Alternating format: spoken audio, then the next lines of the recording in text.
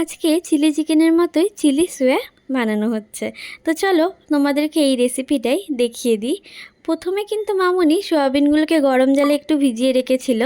তারপরে কিন্তু চিপে চিপে দেখতেই পাচ্ছ এর জলগুলো কিন্তু বার করে নিচ্ছিল সোয়াবিনের। তারপর এর মধ্যে ধনে গুঁড়ো, জিরে গুঁড়ো, নুন পরিমাণ মতো, কাশ্মীরি লাল লঙ্কার গুঁড়ো দিয়ে দিয়েছিল। আর হচ্ছে কর্নফ্লাওয়ার, তোমরা যতটা কোটিং যাও ততটা কর্নফ্লাওয়ার দিও। তারপর কিন্তু সামান্য ময়দা দিয়ে রাইস ব্র্যান অয়েল তার মধ্যে কিন্তু অ্যাড করে দিয়েছিল। দিয়ে ভালো করে মেখে কিন্তু কিছুক্ষণের জন্য রেখে দিয়েছিল। আমাদের দেখেছো আমরা যেহেতু একটু পাতলা কোটিং চাইছি তাই জন্য কিন্তু আমরা কর্নফ্লাওয়ারটা বেশি দিইনি।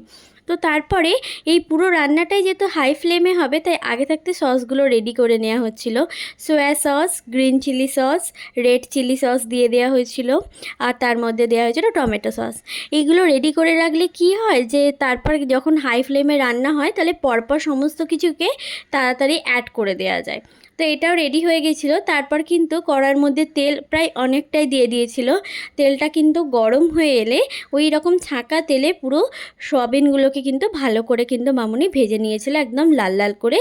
দিয়ে কিন্তু টিস্যু পেপারের মধ্যে তুলে দিয়েছিল এক্সট্রা অয়েলটা অ্যাবসর্ব করার জন্য। তারপর একটা কড়ার মধ্যে তেল দিয়ে শুকনো লঙ্কা ফোড়ন দিয়ে দিয়েছিল। দিয়ে তার মধ্যে চিলি চিকেনের মতোই কাটা কিন্তু পেঁয়াজ দিয়ে দিয়েছিল, আর একটুখানি চিড়ে কিন্তু কাঁচা লঙ্কা দিয়ে দিয়েছিল, আদা রসুন কুচি, আর হচ্ছে ক্যাপসিকামও ওই একই রকমভাবে চিলি চিকেনে যেইভাবে দেয়া হয়। তারপর ওর মধ্যে গোলমরিচ গুঁড়ো দিয়ে দিয়েছিল। দিয়ে কিন্তু ওই সসটাকে অ্যাড করে দিচ্ছিল যেটা আগে থাকতে মিক্স করে রাখা হয়েছিল। দিয়ে পুরো রান্নাটাই কিন্তু এখান থেকে হাই ফ্লেমে হবে, কারণ এই রান্নাটা যদি হাই ফ্লেমে না হয় তাহলে এটা কিন্তু স্বাদ পাওয়া যাবে না। আর এদিকে কর্নফ্লাওয়ারের জলটা রেডি করে নিচ্ছিলাম, আর এখানে কিন্তু সোয়াবিন যে ভাজা যে রাখা হয়েছিল ওইগুলো কিন্তু এর মধ্যে তুলে দেওয়া হয়েছিল। সোয়াবিনের মিক্সারের জলটাই কিন্তু এই কর্নফ্লাওয়ারের মধ্যে অ্যাড করা হয়েছিল কর্নফ্লাওয়ারের জলটা গোলার জন্য। তারপর কিন্তু একটুখানি হাই ফ্লেমে একটু নেড়ে চেড়ে নিয়ে কিন্তু ওই কর্নফ্লাওয়ারের জলটা এর মধ্যে অ্যাড করে দেওয়া হয়েছিল। আর একটা কথা, তোমরা যদি কেউ ড্রাই সোয়া চিলি যদি চাও তাহলে কিন্তু এটাকে ড্রাই রাখতে পারো।